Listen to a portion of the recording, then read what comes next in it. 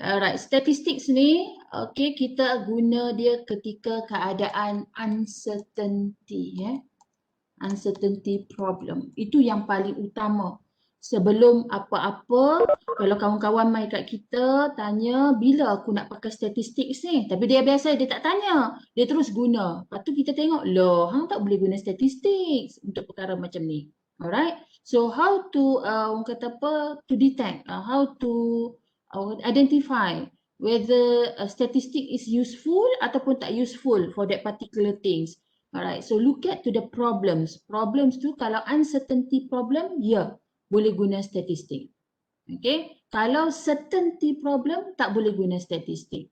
Dan bukan semua, apa kita panggil, asalkan ada kira-kira itu statistik. Kalau kita kena tahu bahawa dalam ekonomi dia ada their own formula, dalam mathematics dia ada their own formula, dalam finance, dalam accounting dia ada their own formula. So maksudnya asalkan ada formula, bukan semestinya dalam kelas statistik.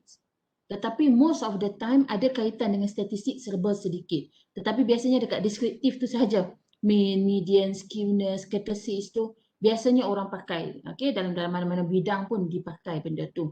Okay, cuma statistik itself tu dia mestilah dalam case uncertainty problem, iaitu dalam keadaan tidak pasti.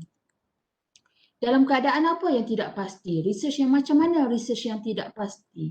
Okay, kenapa kita nak guna statistik? It's a tools, okay, statistik is a tools, tools maksudnya alat. Okay, alat untuk kita dapatkan evidence. Okay, alat untuk kita dapatkan evidence. Evidence untuk apa? Untuk nak support apa yang kita jumpa dalam bab 2, literature review. Okay, so statistik ni hanya sebagai tools, okay, yang boleh keluarkan evidence untuk support literature review dalam bab 2. Okay, sebab tu kalau kita tulis thesis ke, even kalau kita tulis artikel pun kita ada benda tu, cuma kita tak tulislah title dia, methodology. Tapi ada banyak artikel methodology kan, tapi kita ada, okay. So kita ada literature review, kita ada literature review, selepas literature review kita ada chapter 3, methodology, and then kita ada analysis. Alright. Tujuan kita nak analisis ni. Tujuan kita nak analisis.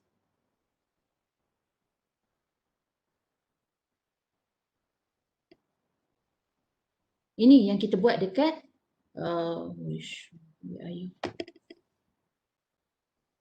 ini kelemahan kita pakai pen ni. Alamak. Okay. So tujuan kita nak yang ni, kita belajar statistik. Tapi kita sibuk nak analisis.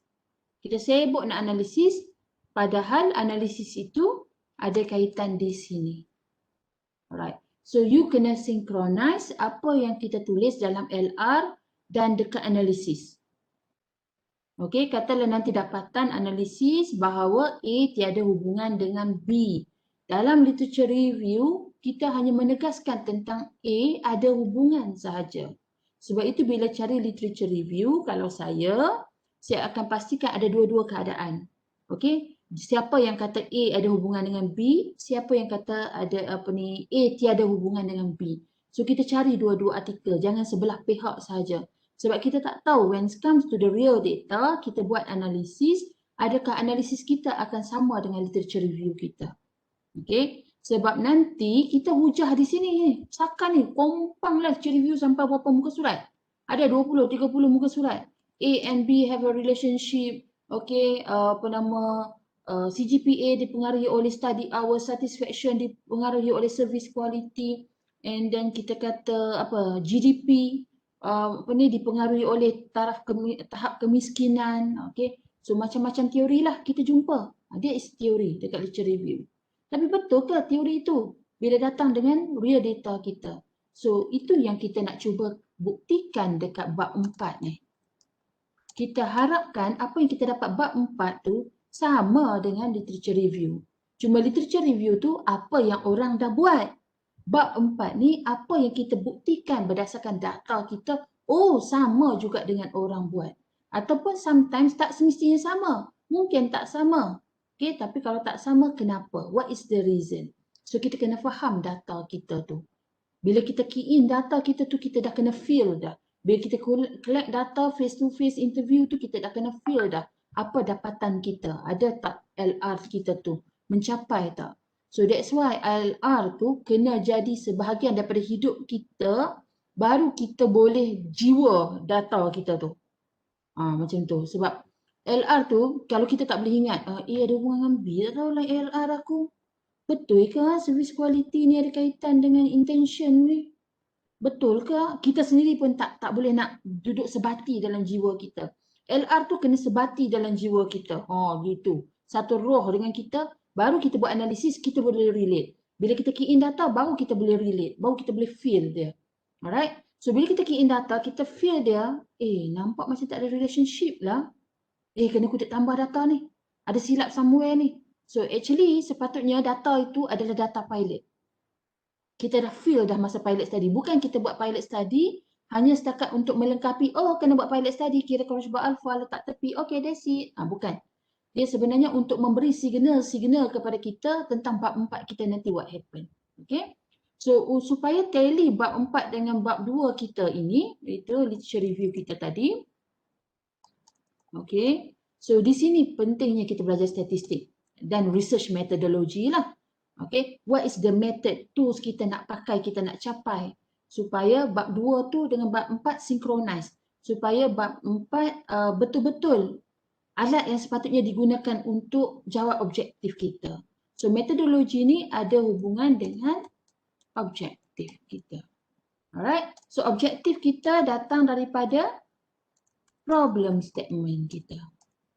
Okay, so ramai nanti akan tanya rakan-rakan, dia kata, tak tahulah terpulang kalau rakan-rakan punya jawapan apa, tapi saya bagi jawapan saya lah. Orang akan selalu tanya, apakah yang dikatakan level PhD tu? Dia bagi topik-topik sekian-sekian, doktor, capai tak ni untuk PhD doktor? Saya buat regression saja cukup tak buat untuk dapat PhD? Saya ni untuk ni master cukup lah kan doktor kan?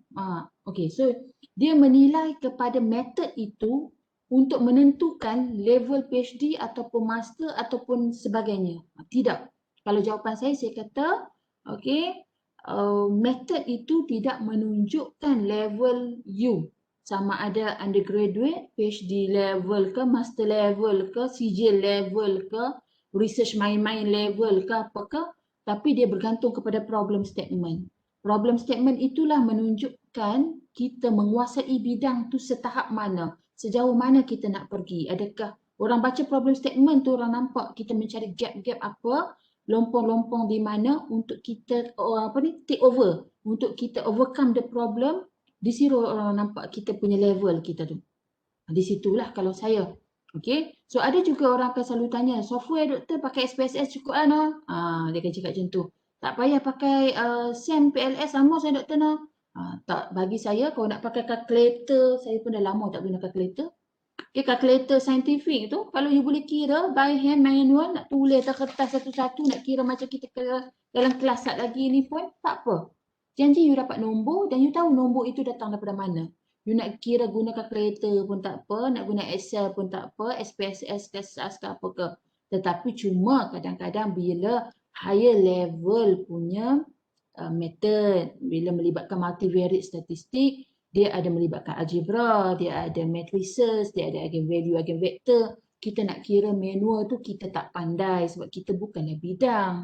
So that's why kita pakai software. Okay. Tetapi software itu dan juga method apa tidak menggambarkan level PhD atau master atau sijil atau sebagainya. Yang menggambarkan kita berada di level mana pengajian kita adalah pada problem statement. So daripada problem statement kita nak jawab tu, maka wujudnya objektif. Daripada objektif itulah menentukan metodologi kita. So anak panah dia sepatutnya macam ni lah kan.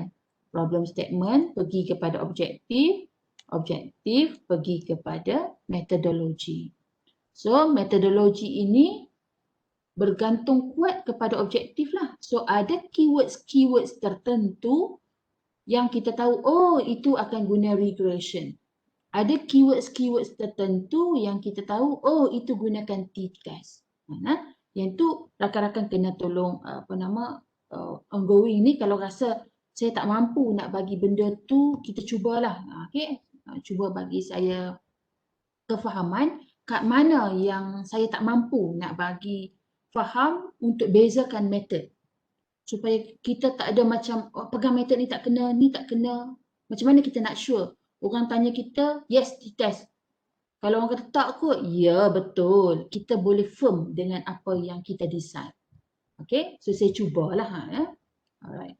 So setakat apa method yang kita ada lah, sebab method ni banyak. Tapi bolehlah saya bagilah some gambaran. Kalau dalam multivariate pun tak apa, nanti saya bagi tahu sikit-sikit. Okay. So inilah apa yang kita cuba buat dalam statistik.